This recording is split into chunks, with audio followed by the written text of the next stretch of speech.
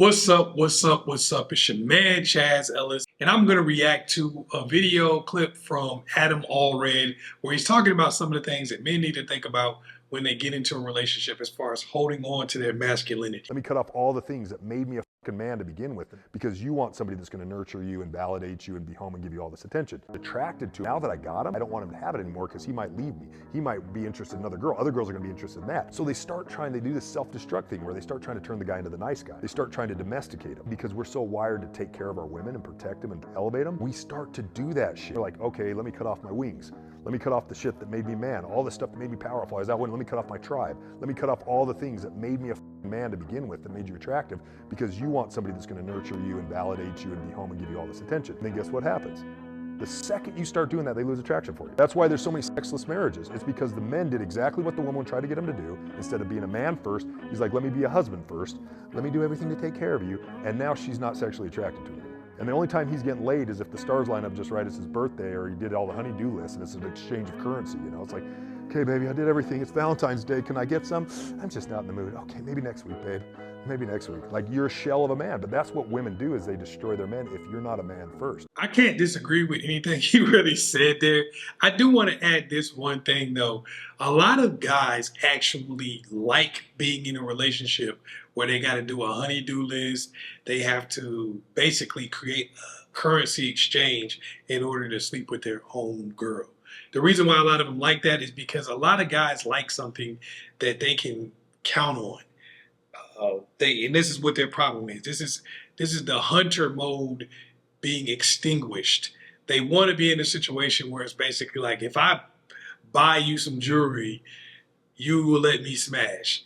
Even if you don't this time, if I buy you some more and I clean up everything and I mow the lawn, I clean out the gutters, they want to feel like there's something that they can do, enough that they can do, so that they can be able to have the physical intimacy that they're looking for from their girl. Oh, if I stop hanging out with my friends, if I do this, if I do that, they want to feel like there's some way for them to basically buy physical intimacy from the person that they're with, because that makes them comfortable. It makes them feel like it's more predictable, even though it isn't. So even though the girl might still not let him smash, as my man pointed out in the video, because of the fact that they feel like there's a currency exchange, it feels more regulated.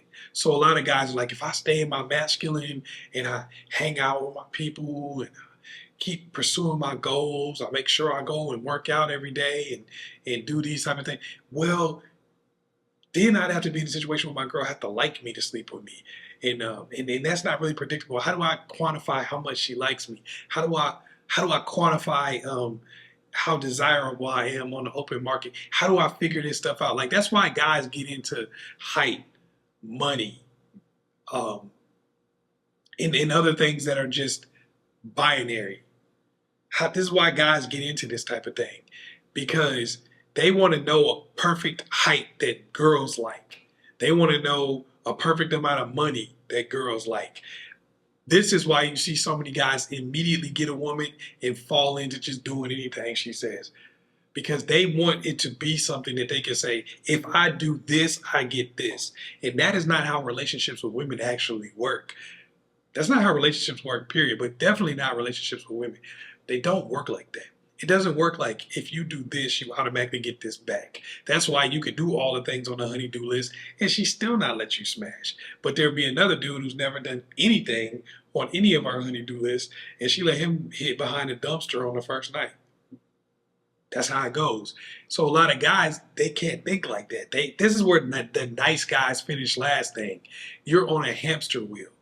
Trying to be a quote-unquote nice guy really just means I'm willing to exchange this for that. And I'm willing to keep making the exchange even when I don't get that. So I'm willing to pay in and pay in and pay in until I finally get something out that I'm looking for.